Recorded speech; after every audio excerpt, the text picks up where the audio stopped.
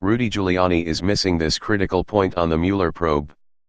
Of late, a particularly misleading canard has emerged among those seeking to discredit the special counsel investigation being led by Robert Mueller, that the former FBI boss has moved well beyond his original mandate to probe Russian interference in the 2016 election and the possibility of collusion between the Trump campaign and the Russians.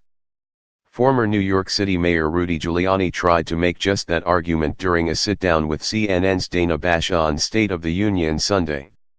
Here's one exchange on that point. Giuliani: all that it means is an investigation that we thought was rigged from the very beginning. It never should have started. Bash: but if you're saying. Giuliani: because there was no evidence of collusion. And here's more Giuliani when asked whether he thought the Mueller investigation was legitimate: I did when I came in. But now I see Spygate. I see the Judge Ellis, in Manafort saying.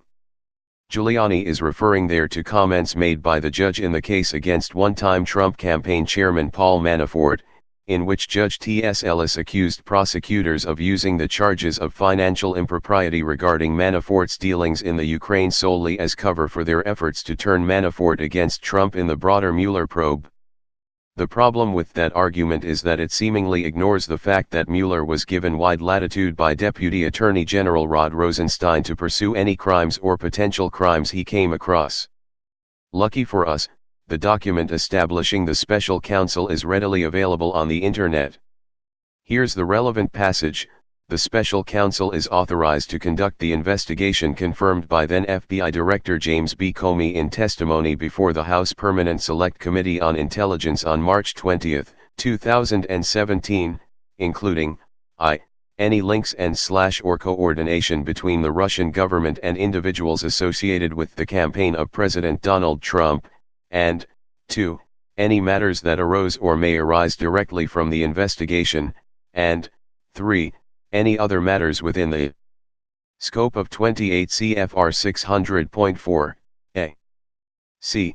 If the special counsel believes it is necessary and appropriate, the special counsel is authorized to prosecute federal crimes arising from the investigation of these matters. Almost everyone focuses on of that statement, links and/or coordination between the Russian government and individuals associated with the campaign of President Donald Trump.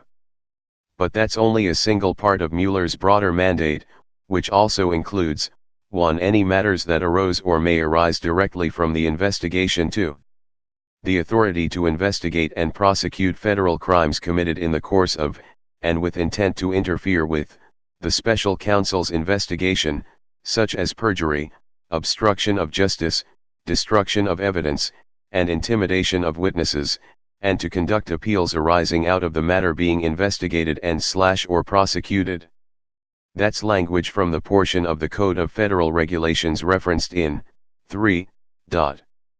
So when people like Giuliani try to make the case that Mueller has exceeded his mandate, they are simply ignoring the text above.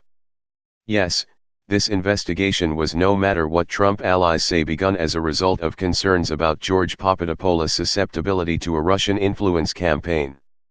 And its original focus was on Russia's efforts to meddle in the 2016 election and the possibility that members of the Trump team were actively involved in aiding that effort.